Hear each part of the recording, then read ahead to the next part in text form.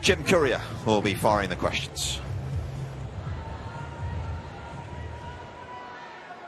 Novak, it's great to see you out here. Congratulations on another fine performance. The first set and a half, you were well and truly in control. And then Bodek got some treatment, and then all of a sudden he really turned his game on. You had to find something special to finish it.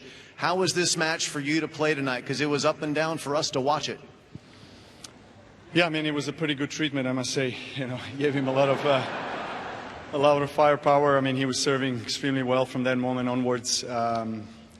You know, I think at the beginning of the second he did struggle with the arm, and I could see with the kilometers per hour went down a little bit. So I had more looks in his first serve and second serve, but then tables turned, and I must say that I relaxed a little bit, too much, and was in trouble, to close out the second set, and pretty much from that moment onwards it was really anybody's game.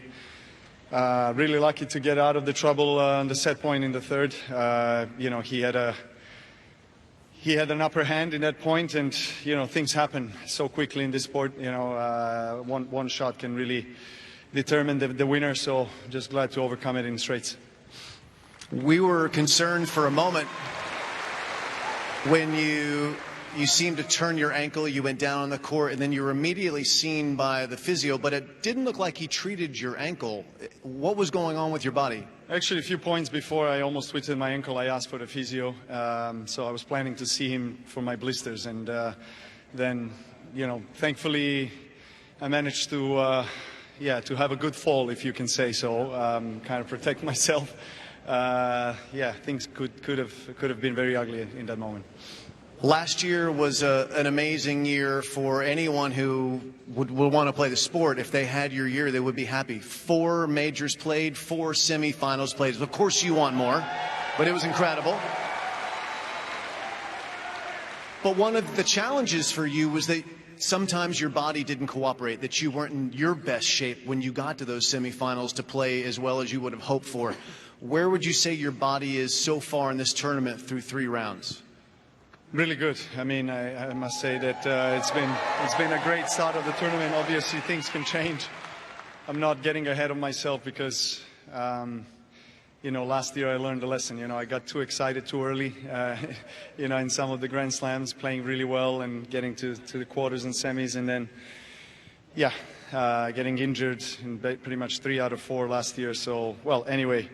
I'm still trying to give these young guys the push for their money. I'm still around. I'm hanging in there.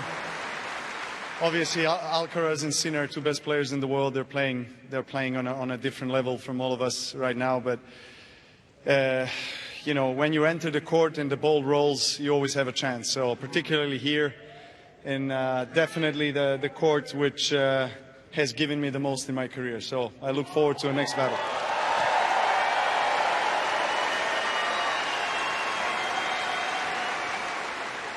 You give so much of yourself out here on the court to us and the fans, but you also are very giving to a lot of the other young players. They come up to you, they want to talk to you. There's a young American player with a Serbian background, Iva Jovic, who was talking openly about how important it was for her to spend time hearing from you.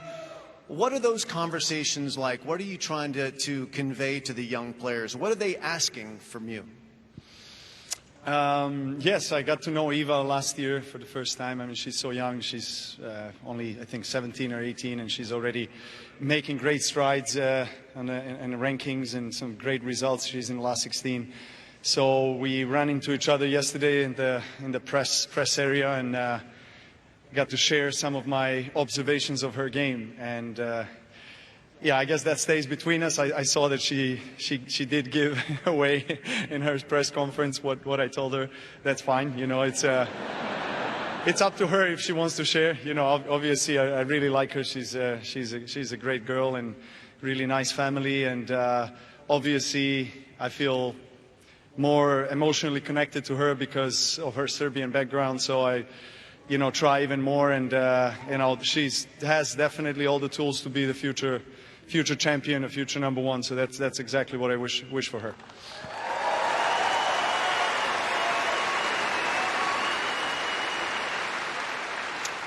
Just a couple more questions. If you had a chance to time travel, go back in time with what you know now and give a young Novak some of that same advice you're giving to some of the young players who come to you, what would be a couple things you'd want to know? Calm down, you jerk. Go gluten-free? No, it's true, it's true. Yeah, I'm too stressed on the court very often, and too much tension at times. And I think I would say the patience is a big one. You know, when we are younger, regardless of you know, the area of life that we're involved in, I think we want everything here and now today. So I think just having a little bit of patience and trust in the process, surrounding yourself with the right people, I think that's a big one, because we are an individual sport. So that's one of the biggest keys, I think, early on in the career of the young tennis player. You gotta also not only trust and just blindly follow everything that is said to you, but, you know, build your character so that you understand what kind of people you want around yourself.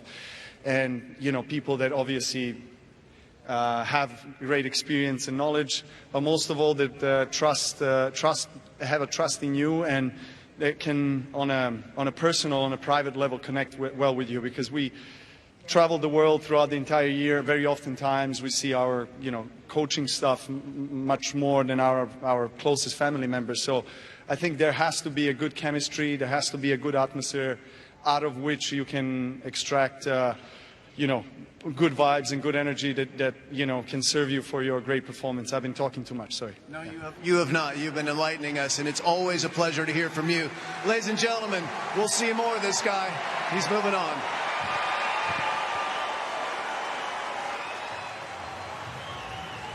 The ever insightful Novak Djokovic. I'm not sure that Jim was expecting such a deep answer there on the last question. It feels like they could have done a little podcast together, and they would have had the time, because a reminder that Naomi Osaka unfortunately had to pull out of the second match on Rod Laver. So there is a doubles coming up on this court, but let's focus on Novak Djokovic.